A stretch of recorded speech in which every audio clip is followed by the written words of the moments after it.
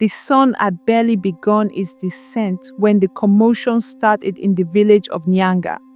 I remember it clearly because I was sitting under the baobab tree, mending my fishing net, when I heard the first shouts. At first, I thought it was just the usual evening banter among the young men returning from the river. But then I saw Juma, the village messenger, running past me, his feet kicking up dust. "The bride has run away," he called out breathlessly to anyone who would listen. A murmur of disbelief rippled through the villagers. I dropped my net and stood up. My curiosity piqued. Such a thing had never happened in Nyanga before. A bride escaping on the eve of her wedding. It was unheard of. My feet moved before my mind could catch up, and I followed the crowd gathering in front of Chief Mwando's hut. Chief Mwando was a man of great stature, his presence commanding respect. His face, usually calm and unreadable, was dark with anger as he addressed the gathering crowd. His daughter, Nia, had disappeared just hours before she was to be married to Okot, the wealthy farmer from the neighboring village. Okot stood beside the chief, his broad face flushed with humiliation and rage. "I demand that she be found. This is an insult to my family," he bellowed. A group of men armed with spears and torches were quickly assembled to search the surrounding area. The forest beyond the village was dense, its paths known only to a few, and it was unlikely that Nia had ventured far on her own. As the search party disappeared into the night, I could not help but wonder what had driven Nia to such a drastic decision. She had always been a quiet girl, obedient and graceful, never one to start trouble. But then I recalled the way she had looked during the last few days, the tension in her shoulders, the sadness in her eyes.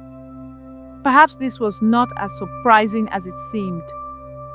The search continued through the night, and just as the first light of dawn crept over the horizon, one of the hunters returned with news. They had found a trail leading towards the old healer's hut deep in the forest. Old Mama Zuri, the healer, was known for her wisdom and her defiance of traditions that she deemed unjust. If Nia had sought refuge with her, it meant one thing: she did not want to marry Okot. The crowd followed the hunters into the forest, the morning air thick with anticipation. When we arrived at the healer's hut, Mama Zuri was already outside, her aged face calm as she stood protectively in front of her small dwelling. "You seek Nia," she said, her voice steady. "But have any of you asked why she ran?" The chief stepped forward. "That is not the concern here. She belongs to her husband-to-be. Bring her out." Mama Zuri shook her head. "Nia is not a possession to be traded like cattle. She has come to me because she seeks a different path. She will speak for herself." The crowd murmured among themselves.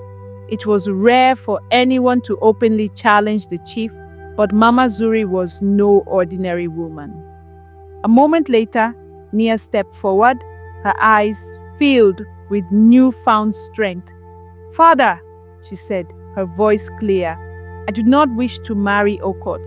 I do not love him, and I do not wish to live my life as a transaction." The chief's face hardened, but something in Nia's gaze made him hesitate. The silence stretched between them, thick with unspoken words. Finally, after what felt like an eternity, Chief Mwando sighed deeply and looked at Okot. "No man should force a woman to marry him against her will," he said, his voice heavy. "The marriage is off." A gasp went through the crowd, but no one dared to protest.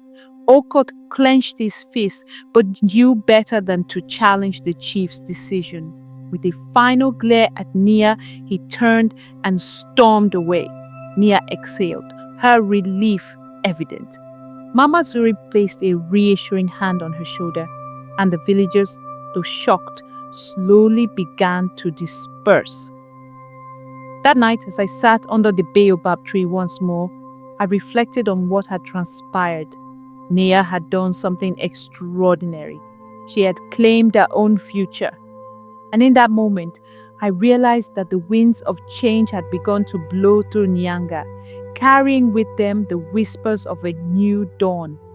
Days passed, and while the village resumed its routines, the echoes of Nia's defiance lingered. Some whispered in admiration, while others muttered in disapproval, fearing that other young women might follow her example. But no one could deny that something had shifted. Nia chose to stay with Mama Zuri, learning the ways of healing and the wisdom of the old. Many in the village, especially the women, began to seek her counsel in secret. They came under the guise of asking for medicines, but left with a newfound understanding of their own strength. One evening, as I sat with my fellow fishermen mending our nets, a discussion arose about Nia's fate. "She will bring trouble to this village," one man grumbled. "A woman refusing a marriage? What will happen when our daughters begin to question their place?" Another chuckled. "Perhaps they should. Who is to say our traditions cannot grow? Was there ever a time before they existed?" The older men scoffed, but I could see the younger ones thinking. And as I cast my gaze towards the healer's hut in the distance, I wondered if Nia had unknowingly started something greater than she had ever imagined.